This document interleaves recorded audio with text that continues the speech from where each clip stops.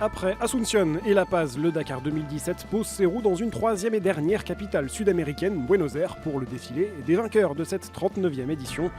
13e trophée pour le boss Stéphane Peterhansel, son 7e en auto. En deux roues, du changement dans la continuité, première victoire britannique avec Sam Sunderland, 16e succès de rang pour KTM.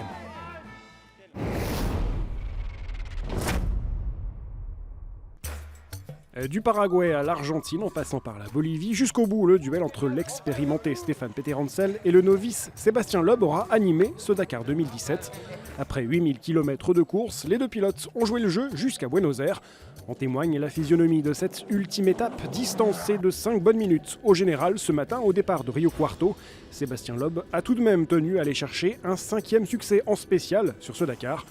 La légende du WRC a signé le scratch sur cette boucle de 64 km avec 19 secondes de mieux que Peterhansel. Insuffisant évidemment pour le faire vaciller au général.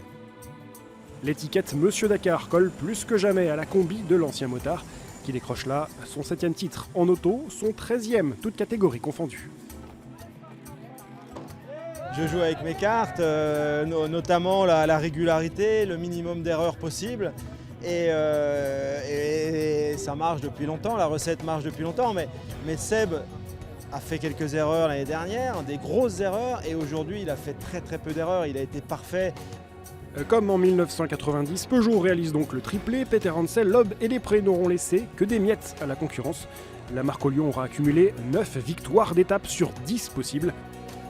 La Toyota de Giniel de Villiers termine 3e du jour à 30 secondes de Loeb, mais échoue à la 5e place du général derrière Nani Roma et devant la Mini d'Orlando Terranova.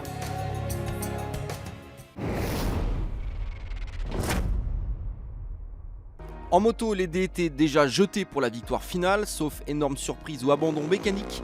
La victoire à Buenos Aires ne pouvait échapper à Sam Sunderland, largement en tête au départ ce matin, avec plus d'une demi-heure d'avance sur son plus proche poursuivant.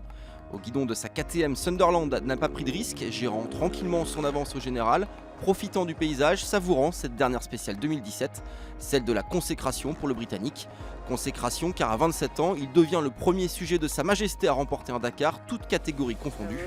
Il restait pourtant sur 2 abandons sur ses 2 seules participations en 2012 et 2014, mais le motard a réussi à vaincre le signe indien et l'adage jamais 203. Grâce à cette première victoire sur le Dakar de Sam Sunderland, KTM signe son 16e succès consécutif sur l'arène des courses Rally Raid. Et nous allons peut-être, je l'espère au moins, faire grandir l'intérêt des Anglais pour le Dakar. C'est vrai que pour le moment la course est assez peu couverte, mais j'espère que ça va changer. Derrière le Britannique, sur le podium, on retrouve un autre pilote KTM et coéquipier autrichien de Sam Sunderland, Matthias Wagner. 3e au général, l'Espagnol Fares Güell. L'Ibérique, co-vainqueur de cette 12e et dernière spéciale avec le Français Adrien Van Beveren. L'enduroman nordiste qui ruminera longtemps la 11e étape et sa pénalité d'1 minute infligée par la direction de course pour excès de vitesse. Au final, le pilote Yamaha termine au pied du podium à seulement 48 secondes de Fares Güell, rageant. Autre ruminant, l'Espagnol Joan Barreda-Bort. Avec sa pénalité de 51 minutes reçue en première semaine, le pilote Honda ne se faisait plus d'illusions. Il limite tout de même les dégâts en s'installant à la 5e place du général à 43 minutes de Sunderland.